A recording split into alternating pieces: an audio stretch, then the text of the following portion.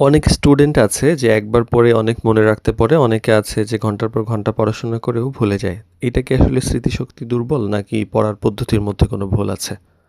তো কারো স্মৃতিশক্তি কখনো দেখা যায় যে খুব সহজে অনেক কিছু মনে রাখতে পারে, কেউ দেখা যায় মনে রাখতে পারে না। তো এক্ষেত্রেও আবার অনেকে মনে করেন যে আমার মেমোরি হয়তো পাওয়ার কম।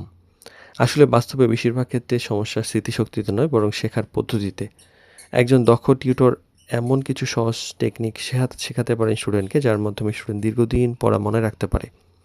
তো টিউশন বিডি শিক্ষক শিক্ষার্থী এবং অভিভাবক সিরিজের 147তম পর্বে আজকে কথা বলবো যে memory improvement technique for students. তো প্রথমত আসলে বুঝে পড়ার অভ্যাসটা গড়ে তুলতে হবে। আগে থেকে যদি কনসেপ্ট ক্লিয়ার থাকে দেখা যায় পড়লে তখন এটা মনে থাকে সহজে এবং সেটা থাকে এবং কনফিডেন্স নিয়ে পড়া যায়। তো শুধু মুখস্থ করলে তথ্য ভুলে যাওয়ার সম্ভাবনা থাকে, কিন্তু কনসেপ্ট ভালোভাবে বুঝে পড়লে দীর্ঘদিন মনে থাকে এবং নতুন পরিস্থিতিতে ব্যবহার করা যায়। আর নিয়মিত রিভিশন করার ব্যাপার থাকে। একবার পড়ে যদি রেখে দেন তাহলে তো আর হয় না। নির্দিষ্ট সময় পর পর ছোট রিভিশন করলে মস্তিষ্ক তথ্যটা দীর্ঘমেয়াদে সংরক্ষণ করতে পারে এবং ভুলে যাওয়ার সম্ভাবনা কমে। লিখে এবং বুঝিয়ে প্র্যাকটিস করার একটা ব্যাপার থাকে। শুধু পড়ে নয়, নিজের ভাষায় লিখুন এবং অন্য কাউকে বুঝিয়ে বলার চেষ্টা করুন। এতে শেখা বিষয় আরও পরিষ্কার হয় এবং স্মৃতিতে স্থায়ীভাবে গেঁথে যায়।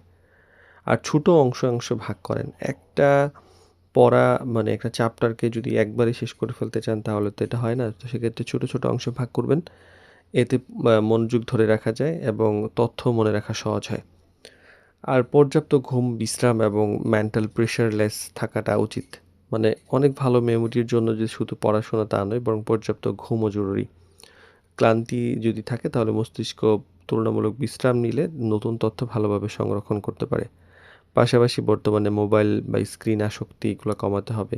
পড়ার বাইরের ব্যাপারগুলোতে সময় কম দিতে হবে। পড়াশোনার মধ্যে একটু বেশি ফোকাস থাকতে হবে।